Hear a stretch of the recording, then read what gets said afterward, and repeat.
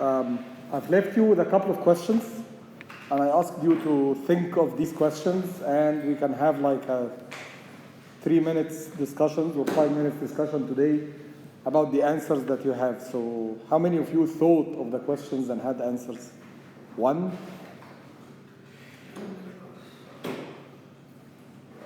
Okay. For the first point, I think it might be used because in circuit switching networks, we guarantee delivery. So the data will be there at that point. And another point that might help this, the data will have fixed delays, so we will not need any algorithm or kind to sort the data that we are receiving. Mm-hmm. So yes, and they will, like, because of these 2 points, they might require less time for the data to transfer from a node to another. So yes, I think they can be used to support that.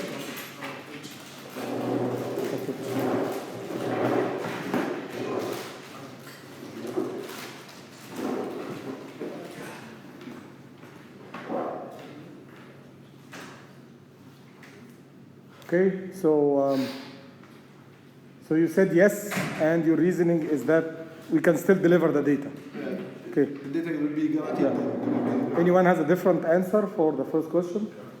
And sir, these are the questions that I asked you to think about last time and come today to discuss.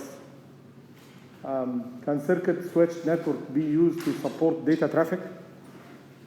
It can, but that's not the optimal choice. Like I can go with Ferrari to Silene, but like, it's not the optimal choice. Okay, so explain further why this is not the optimal choice. Or is it, let me rephrase my question. Is it always not the optimal choice, or under certain conditions it's not going to be the optimal and under others it's going to be okay? Under normal conditions, it's Okay. not optimal. Under very specific conditions, for example, if I want to transfer very important data that, for example, I cannot support to make it go through any branch of the network, but this one, let it classified, for example, or let it very sensitive, or very high in bandwidth that requires a specific line, then it can. Okay. So it really depends on the condition, but for Okay. normal cases, it's not. So we've got one answer that says yes, since it will guarantee more or less, right?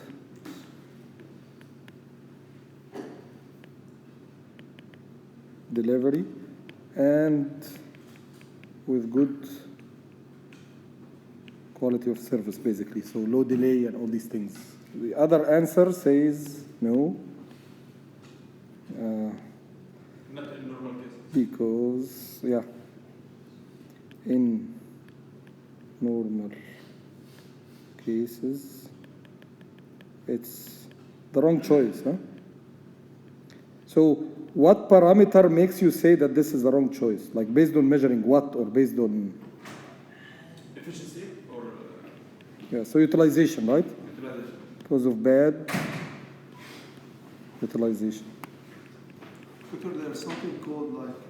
Let me take some other answers and I'll come back to you. Yes. It can be, but it has like a lot of disadvantages. Like, for example, the car traffic, if there is some signals, you can somehow, in certain times there is no car is coming, and the signal is blinking like orange. So you can cut it away. But sometimes it may have an accident, so it may have a wrong. Wrong thing is going on. So maybe it will be improving, but in other cases it will be like bad thing. So disadvantage. So the answer is it can be, but it's not the best solution? Has disadvantages. Okay. So the third is it can be, but there are disadvantages, right? And what kind of disadvantages? Like merging a lot of data and corrupting data. Circuit switching can corrupt data? How come? لا مش corrupt data merge data to each other.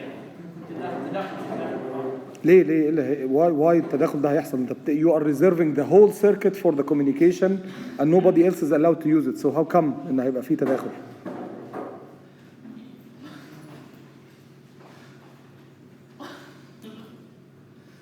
Okay, ليه؟ I'm waiting for your answer.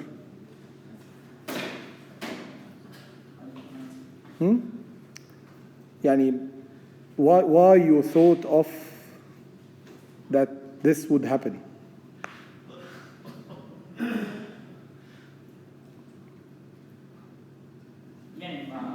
The system is not optimal. So it can be any damage happening to the system. I don't know. Okay. Any other questions about the first question? No, it can be because circuit switch network is fixed system. You cannot change the time between each block. But for the other connection, you can do some changes with the time. Since there is some sensors in the traffic, for example, traffic light. There's a sensor at the ground. Okay, this sensor can change the time of the traffic light spending, depending on how much traffic we have on the street. So no. Can you go a little bit and come back?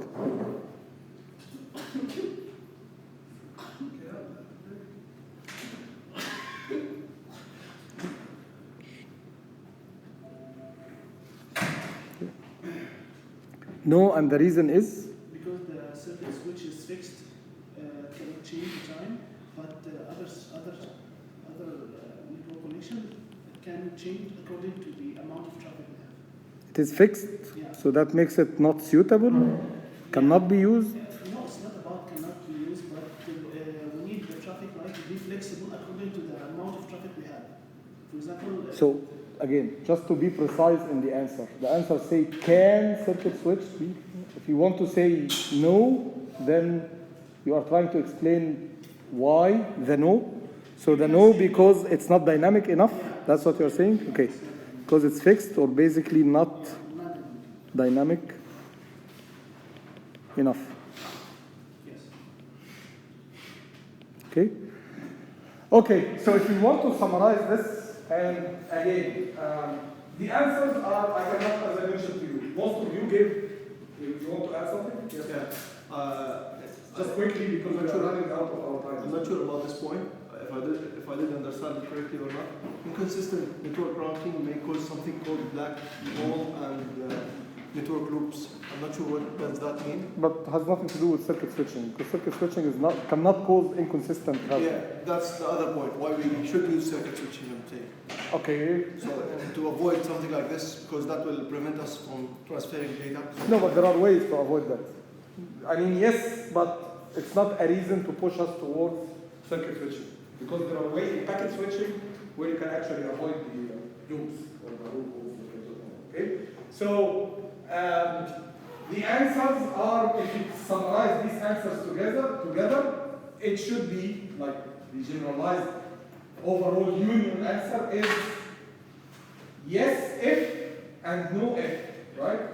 And the situation is, in fact, I can put data over circuit switch. There is nothing, and the data will arrive, and it will arrive in very good quality, right?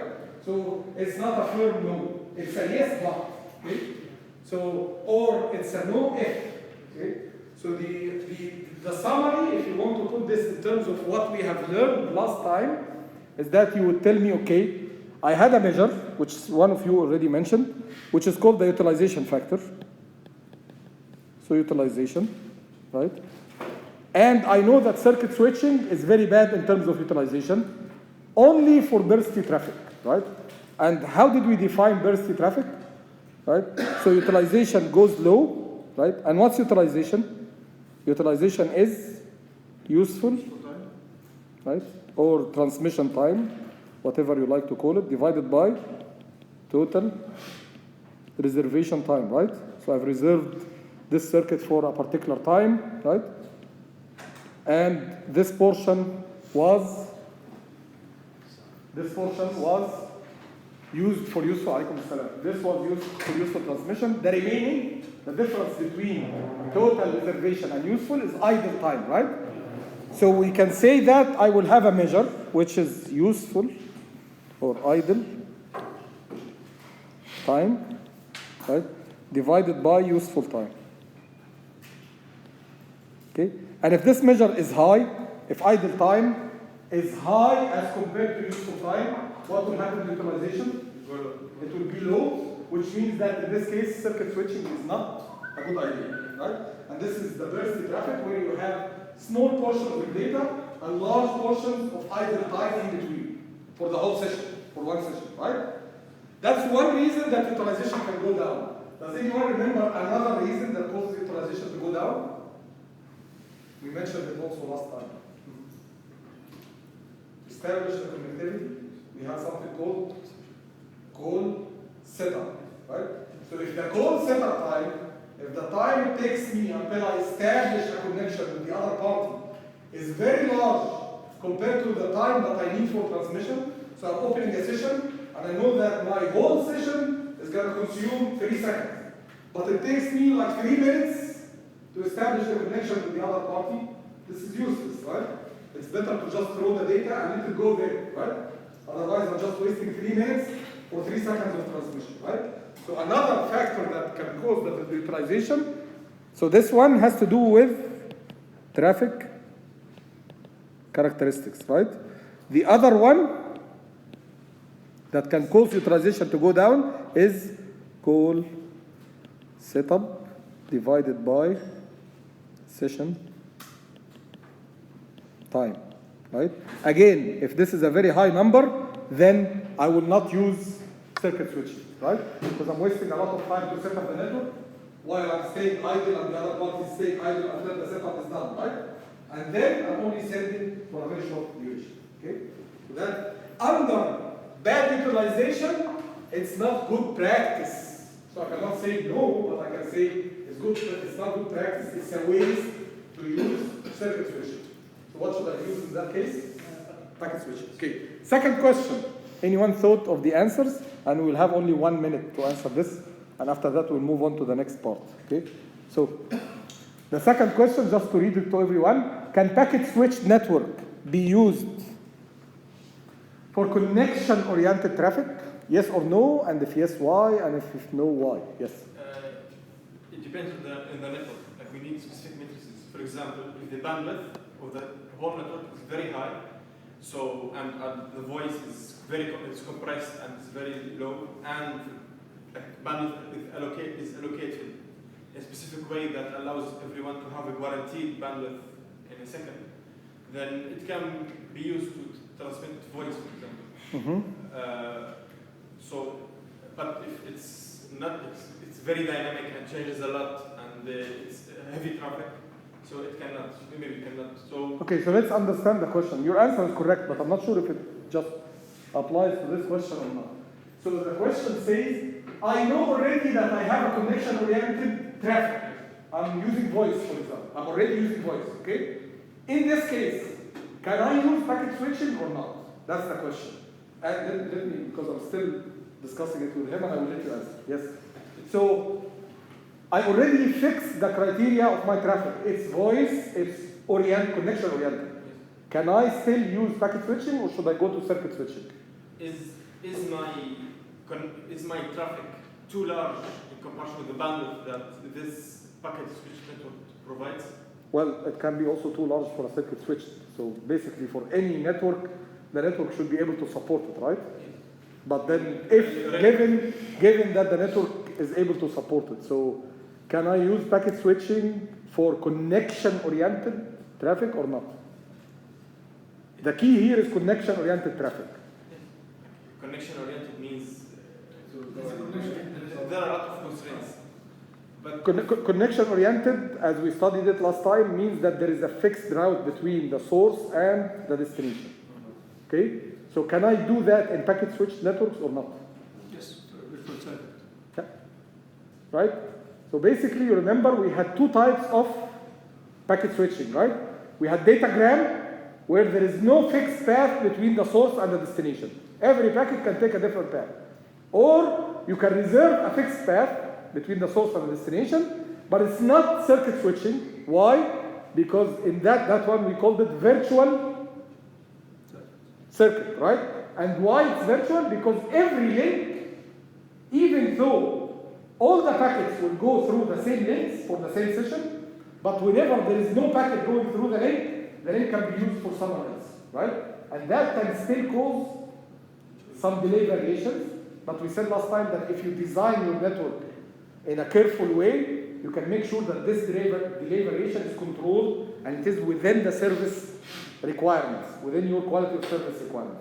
So the answer is yes, given that I can tune the virtual circuits. So yes, using virtual circuits, given that I can tune the virtual circuits such that I meet the requirement of the traffic, right? Which is voice in this case.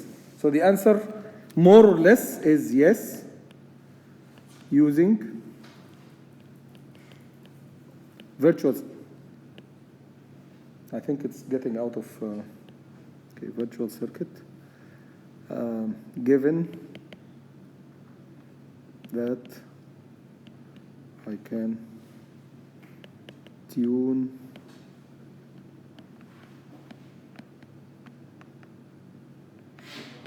to control delay and delay jitter, right?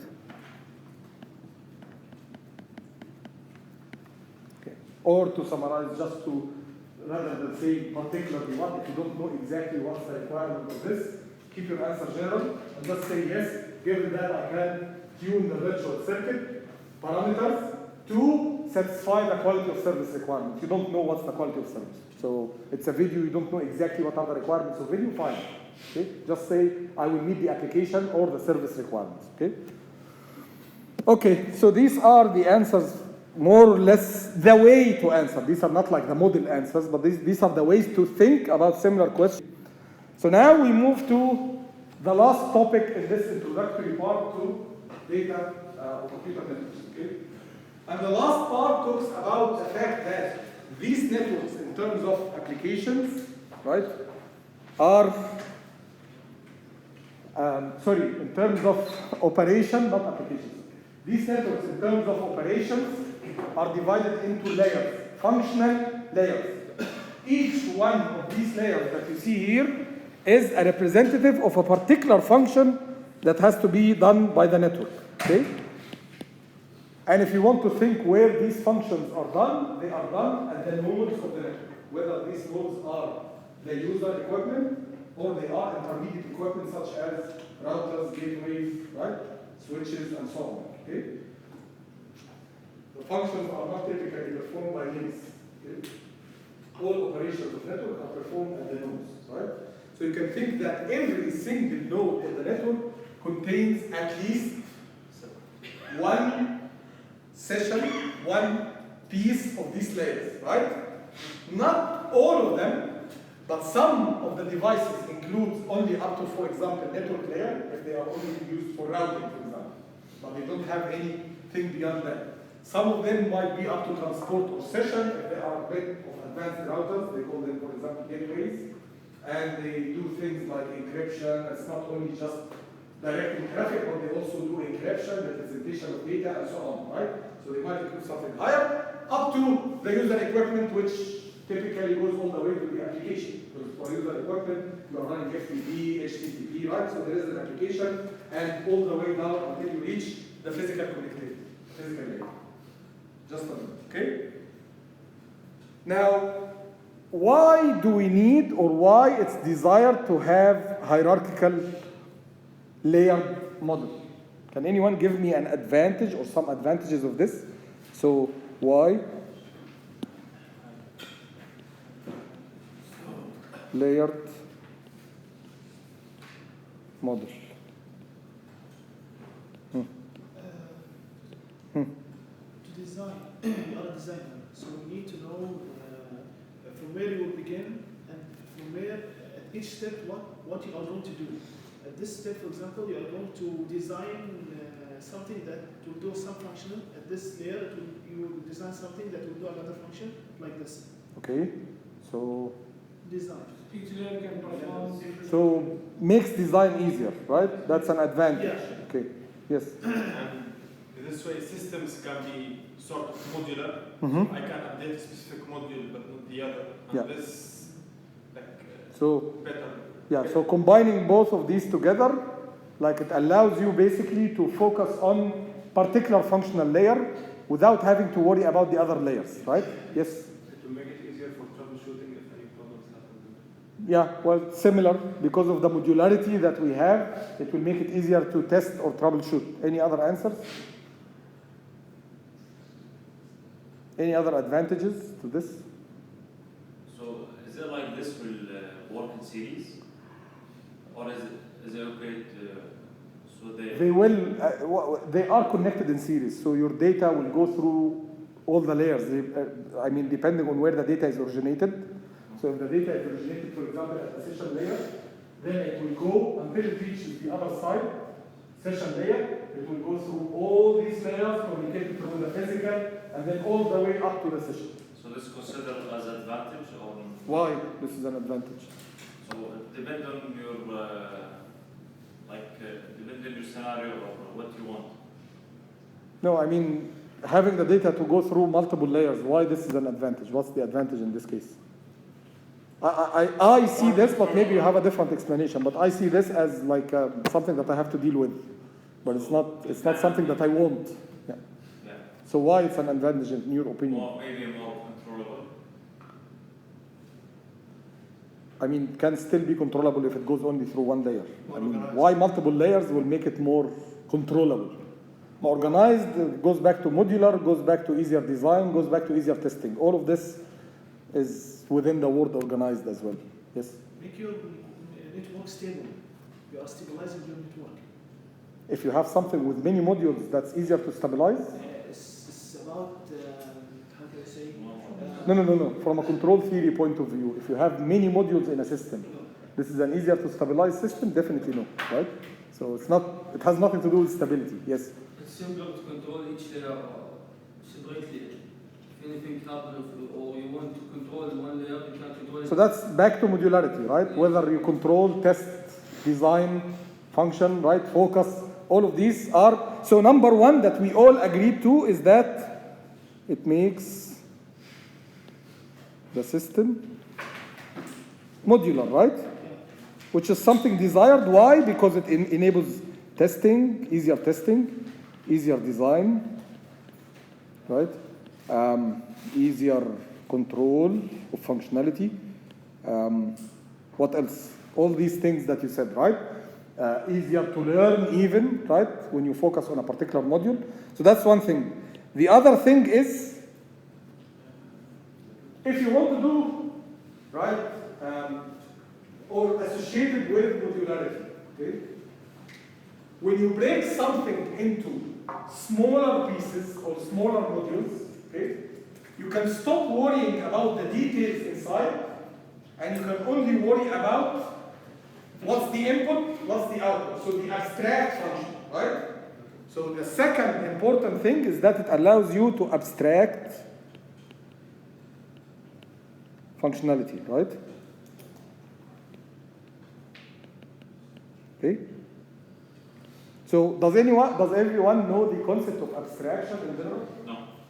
Like for example, So let me tell you a simple example that shows you abstraction that you have been through, all of you, okay? When you started your like primary school until you reached university. You remember you learned angles, right? Yes. When you were like in geometry in like 4th grade or 5th grade, right? Okay. And the most important among those angles was the right angle, right? Why? What was so nice about the right angle? With cosines and sines. These No, well, that's one thing, but it's not, well, cosines and sines, what they are used for. It has just only one measurement. signals, So- signals, so- waves. To calculate the angle of the two. I will, okay, because you can get many, there are many nice things about the right angle, right? But the most important thing is that you said that those two lines are orthogonal, right? What's the meaning of orthogonal? That the lines that form the right angle, they are orthogonal. What was the meaning of orthogonal? It was simply that if you project one line on the other, right? This is called the projection, right? For the right angle, the projection length is equal to 0, right? So that's orthogonality. If you have a line and you project it on the other one, it gives you 0 projection. So this says that the first line is orthogonal to the second. That's what we learned. I mean, started with the right angle looks nice, and then you learned later on that these are orthogonal actually, and there's something called projection. And then after that, they came and tell you, okay, we have orthogonal vectors, by the way, right? And then after that, they started to say, oh, we have actually orthogonal functions. That when you multiply the first by the second and you integrate, you get, that was someone telling you this visual communication. Okay? So the concept keeps on growing over other aspects, but it's the same concept. Orthogonality means 0 projection, right? So that's called abstraction. The whole thing can be summarized into the word orthogonality. Now, how you perform it depends. For angles, you just measure the angle, and if it's 90 degrees, they are orthogonal, right? For vectors, you take the dot product. For signals, you take the inner product of the two signals, and so on, right? So basically the same here. I want this thing to be able to do, number 1, represent the signal electrically, number 2, do this, number 3, do that, right? How it's done inside, abstracted to me. I just know what's the input, what's the output. If it gets this, it produces this. How inside, left to the implementation. This comes jointly with, so for abstraction to be useful, you need to do also standardization of interfaces, right? So the interface between this and this, because if I want as a designer to work only on this module without worrying about what's happening here, I must have predefined inputs and outputs, format for input and output, right? And this only happens in standardization, right? So the third important aspect of hierarchical is enabling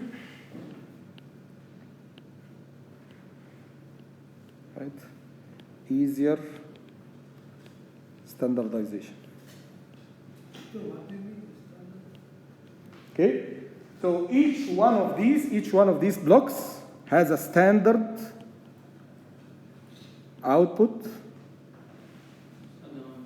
and input, right? By the way, from both sides, it's an output and input. It can receive data from the lower layer, or it can send data to the lower layer. It can receive data from the upper layer, or it can send data to the upper layer. So both ways are input and output, okay? And you have to standardize. So I know that the network layer will accept a particular format and will generate a particular format. Then the data link layer should accept what the network layer is generating from this direction, right? And it should accept what the physical interface is generating from this direction. So I standardize the interface between those modules, right? Then, as an engineer, you are working in designing a transport layer, or controlling, or analyzing, or managing, right? A particular layer. You don't care about anything else. You only care about what input and output you will have, and what's the functionality of this layer. That's it. All the other layers become to you something that you don't care about. They only give you some parameters and that's it, right? And then based on that, and in conjunction with the concept, or as a result of the concept of abstraction, you can start thinking logical connections, or virtual links, okay?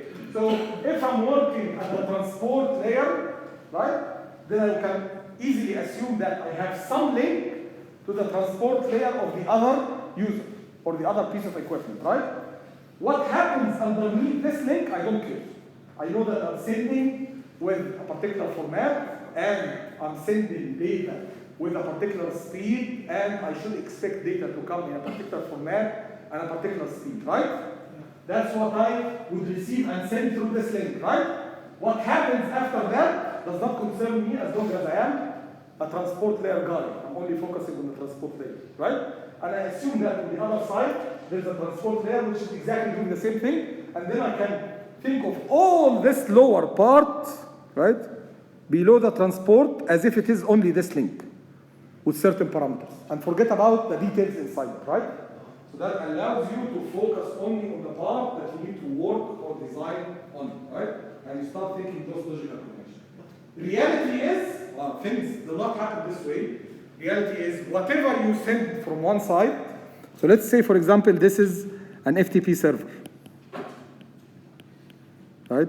And this is an FTP client. And this is a file that I need to receive on the other side, right? So this is a file that should go from the server to the client, okay? Now it doesn't really go this way. I know that this file is going to take this nice path, right? All the way back up, right? That's reality, but I can abstract myself and just think on FTP protocol. I don't care about what's underneath the FTP, right? However, now, because we need to understand what happens, keep in mind that associated with this hierarchical design module or layer module, that as you move from one layer to the other, from up going the way down, an important operation that happens is called the encapsulation.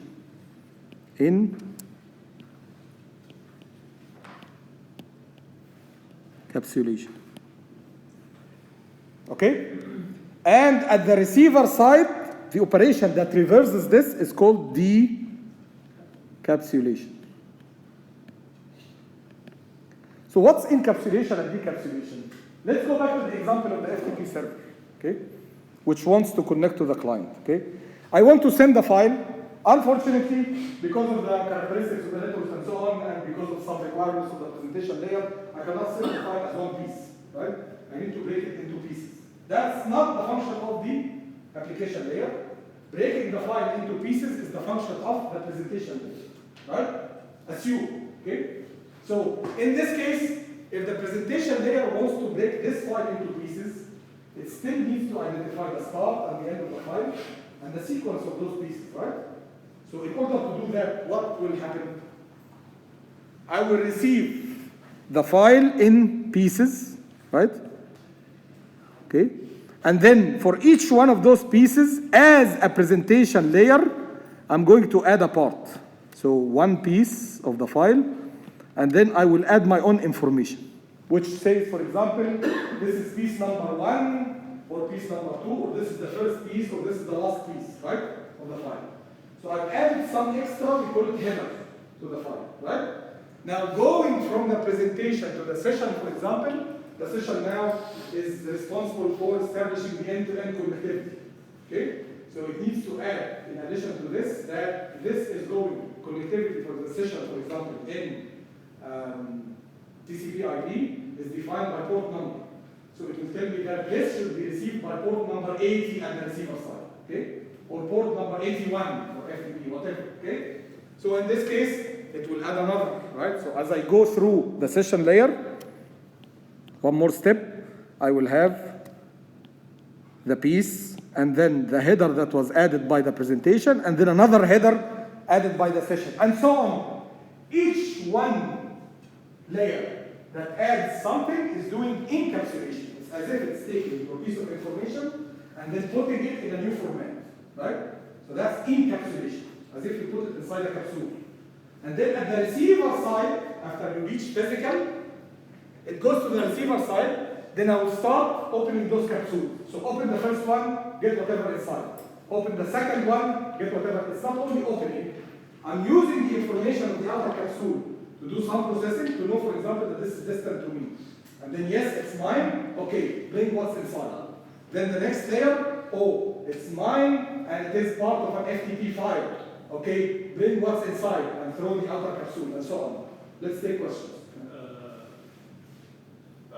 When we go down, we do encapsulation. Do we add information or do we change the format? It depends. Both can happen. Because, for example, if one of those layers is doing encryption, then it's not simply adding things. It's actually changing the whole shape of data, right? But in most of the operations, you are adding extra headers, right? But some don't, like encryption, for example. Yes?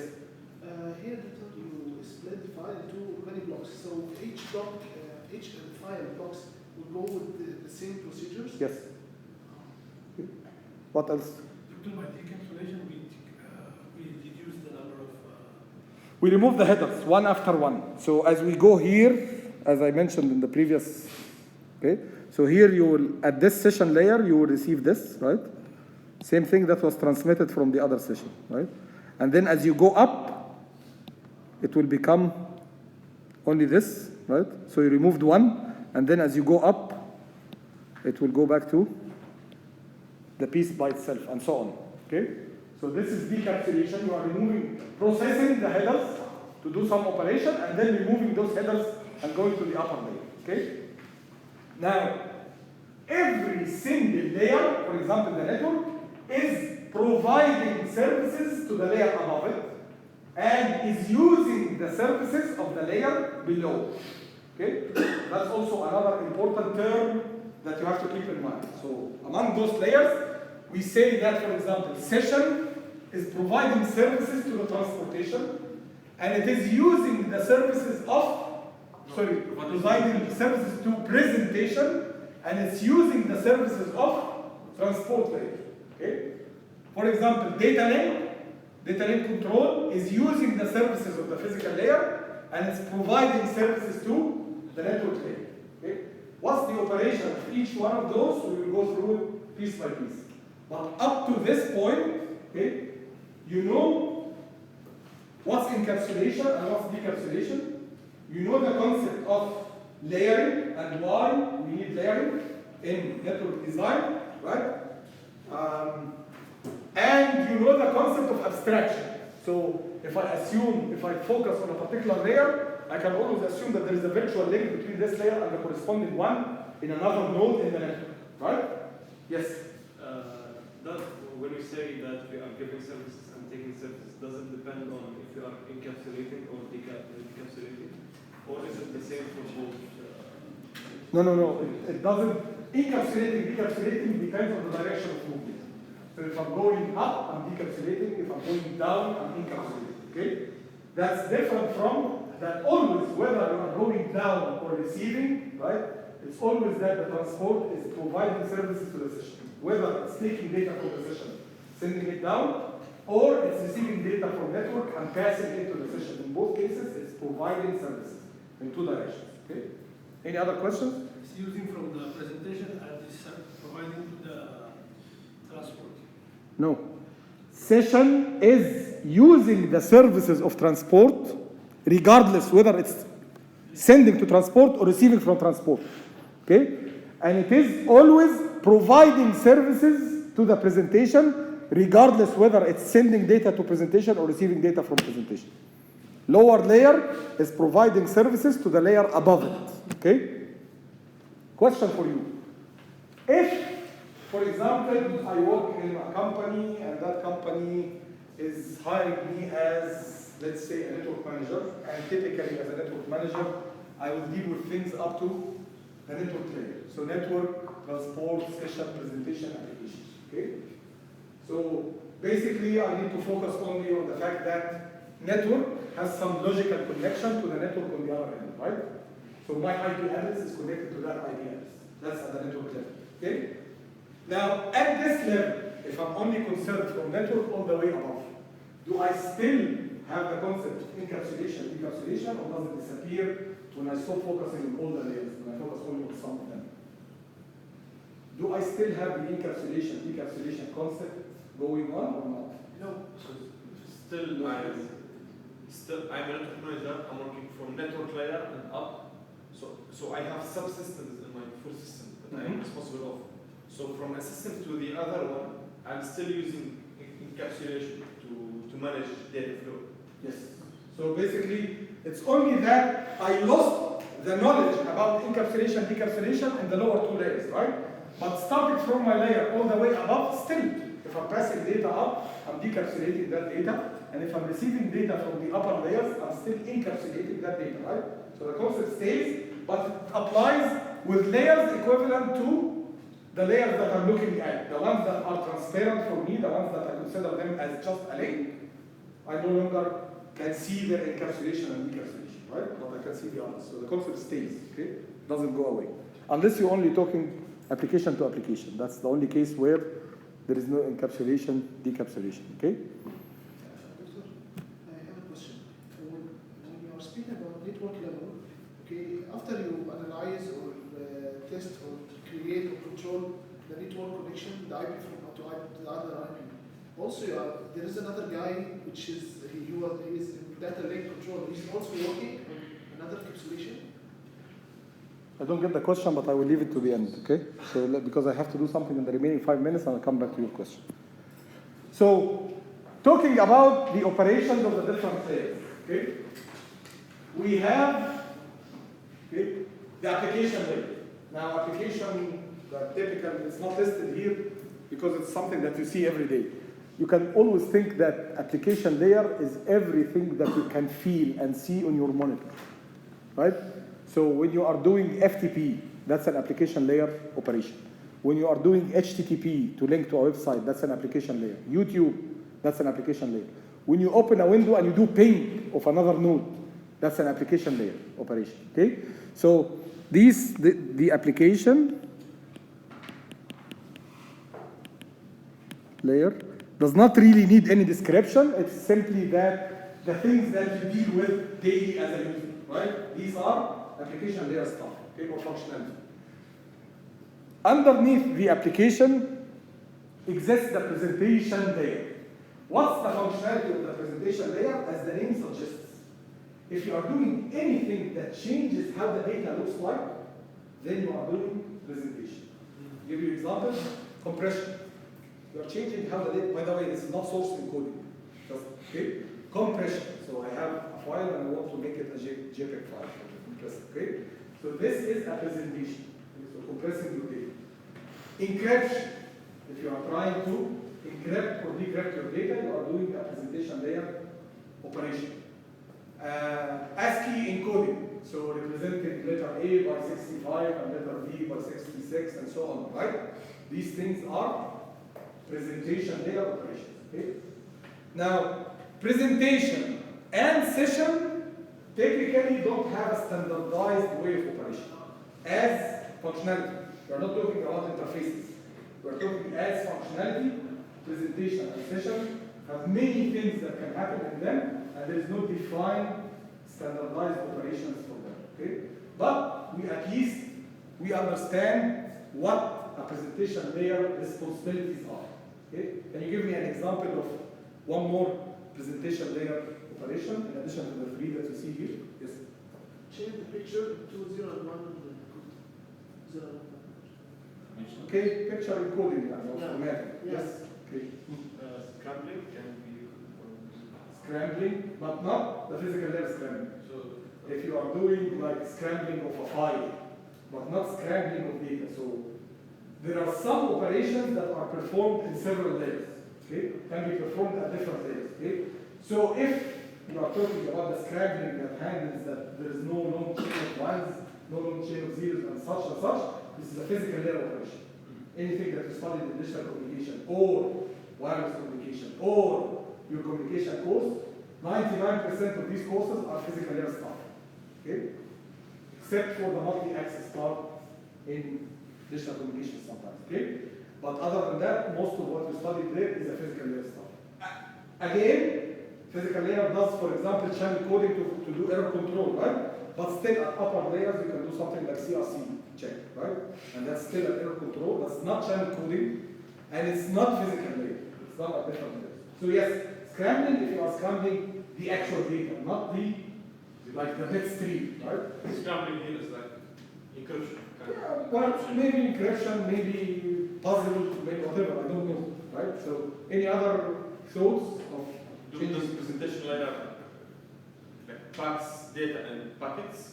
No, this is not the function of the presentation layer. We will discuss that further down in other layers. Okay, so at least you have a feeling now what presentation layer is doing. The next one is session layer. Session layer is responsible for managing, for establishing, for obtaining virtual end-to-end service from transport layer, but the word message is the key here. Okay? So it's doing an end-to-end message service. Okay? Okay, again, why it's using this service from the transport layer? Because the transport is the lower layer, so this is the service that the session is using, right? So the session layer is responsible for establishing an end-to-end connection, right? Until the end of the session. So an example of this, I'm doing an FTP file transfer. The session starts when I request a file, and it finishes when the whole file arrives or an error occurs and the transfer is cancelled, right?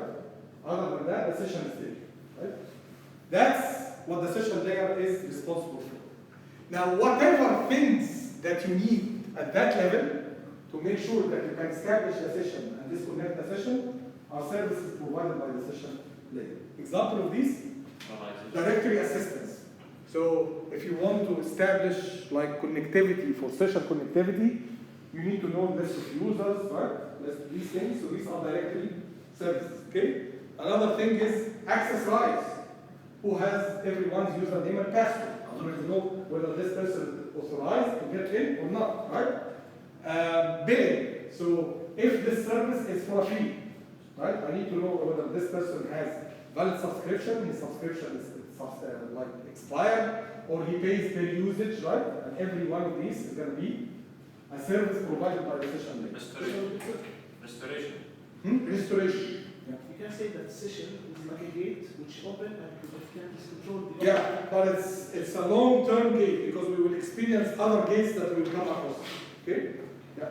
The term handshake is closely related to the session layer. Yes. So handshaking, which means I send a request and then I have an acknowledge for that request and then session is established or connectivity is established. So yes. It's mainly session layer. Yeah. Session layer would be something like database layer. Well, when you said If the database by itself is an application, but then establishing the connection to the database, right, which will you a name and specifying the rights that you have on that database, this is a session layer. I mean, for example, if there is going to be a call between X and Y, and Vodafone, for example, needs to know if X got the credit enough to make that call. Is it going to be through the session layer? It will get some of that information through the session layer, but thinking at that level of intelligence is going to be an application layer stuff. Right? So figuring out who did what and all these things is going to be application, but I will need from the session layer to know username and password for someone, resolve this name, figure out the billing of that person or whatever, right? So it's going to be a mix for that particular functionality that we described. Okay? Now the next layer, right, which is the transport layer, right? Not the network layer. Okay? So here they are put in reverse order to what we had in the previous slide. Why? Intentionally done to show you that, okay, this is providing a service for this, right? And this is using the service of this one. So just to show you that even if they are reversed, you still understand who is servicing who, okay? So here, we can move in the logical order and say transport layer provides virtual end-to-end message service. So don't forget, okay? Session is establishing the end-to-end using the message service. It's not end-to-end message connectivity. It's end-to-end session connectivity, okay? Start of FTP, end of FTP. Start off putting the address of the website until you close the page, or you stop using it completely, okay? Start off watching a video on YouTube until you finish the whole video or stop playing the video. So that's the whole session, okay? Now, for the transport layer, that YouTube video is divided into blocks, right? That are transferred to you, right? These blocks, they start at the YouTube level, right? Being large blocks. So, because of the video encoding or whatever, right? Or because of the FTP protocol functionality, okay? You have messages. So message 1, message 2, message 3, and so on, right? And all these messages are part of one session, right? Now, the end-to-end, the connectivity from the start of a message until the end of the message is handled by the transport layer, okay? Now, underneath the transport layer, there is the network layer, where in this case, we stop looking at the whole message and we have to divide it into smaller pieces called packets. Right? Packets that can take different routes on the network. Right? So the network layer is responsible for providing an end-to-end connectivity per packet. So this packet will go through this connection. Next packet maybe it's not a virtual circuit, so it will go through another connection and so on. Right? Now, when I look at the message level, I'm looking at the transport layer. So what do you expect the functionality of the transport is going to be in this case? Order. It's listed there, right? Yeah. So because packets can take different routes, I need to reorder them, right? So I need to do numbering, sequence numbering. I need to do reordering, segmentation, because I wanted to break the message into pieces and then be able to connect them again. So it's called segmentation and reassembly, right? So these are some of the functionalities that you can perform at the transport layer. Because of the fact that transport layer is dealing with messages, while the layer below it, which is the network, is dealing with packets, and those packets can be out of order sometime. So I need to manage this operation, so I can break them into packets and reassemble them, right? I can multiplex, give this one, I can resequence the packets at the destination when they arrive out of order. I can provide end-to-end flow control. Who knows what's flow control? I will finish this slide.